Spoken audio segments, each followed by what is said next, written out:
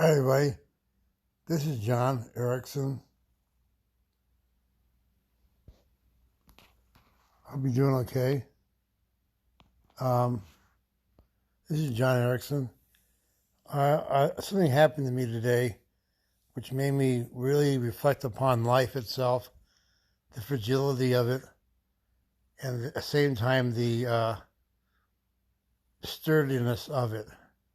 All in uh, one big couple of seconds. The thing to the high heavens, and then, good morning, Stephen. May I call you in a minute? Or should I call you Stephen? I'll call you in a minute, Stephen. Um, I, uh,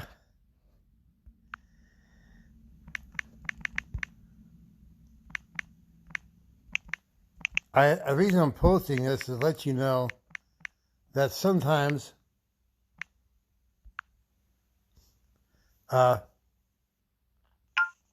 things can happen to you in just a few seconds to make you, oh, hi, Grim the Corruptor. Okay. It just happens in a flash. Like falling off some rocks, maybe, just using it as an example. I wonder about people that fall off in those abysses up in Everest or K2. And at that point, you're not coming back, man. Nope. Let you know, guys, that I'm okay. I'm a lot better right now. And thank you so much. What a nice day. By the way, I'm going out almost every day taking a walk or taking a bike ride or a hike somewhere. I don't want to be inside all day. One reason I got the liberty of being up and going to Chandler, places in Florence, no one's around. I can breathe the air, use a mask.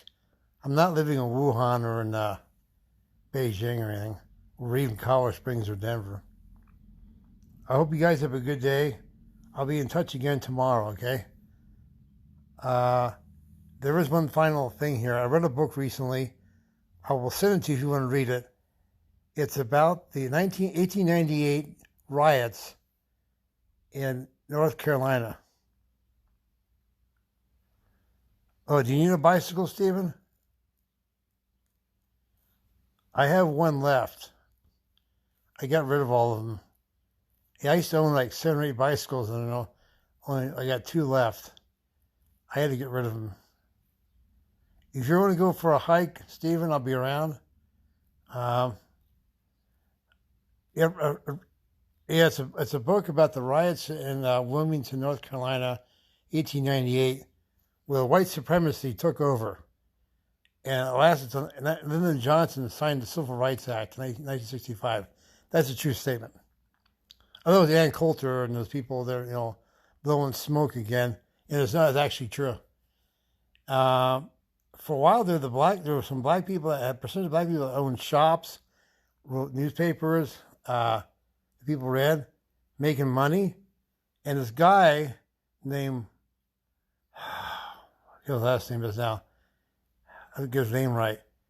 He decided he was going to cause some trouble, and he did. He got people, thinking about the fact that there's black people taking over our jobs. Sound familiar? Anybody? Anyway, it's a hard read. There are certain sections of the book that are challenging. Yeah. Waddell was his name. Waddle, Waddell, or E-L. Yeah, he's a master manipulator.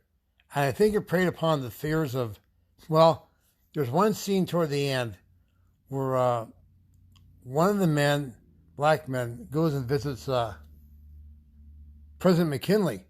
He gets a 15-minute interview with the president. And McKinley's like 1900 kind of going, yeah. Well, too bad about that. I'll let the door hit you on the way out, man. I mean, oh, man. He went to meet Woodrow Wilson. Wilson's just kind of like, yeah, well, we all have our problems, I'm getting a stroke here in a few months and being hospitalized for.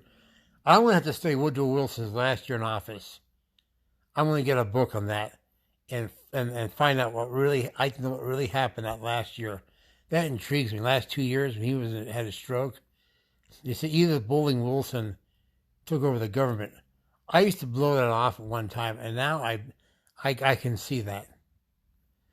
Okay, I'll be back tomorrow, okay, guys? And Stephen, if you're still there, may I call you in a few minutes? Maybe I call you Stephen? Okay. Take care, everybody.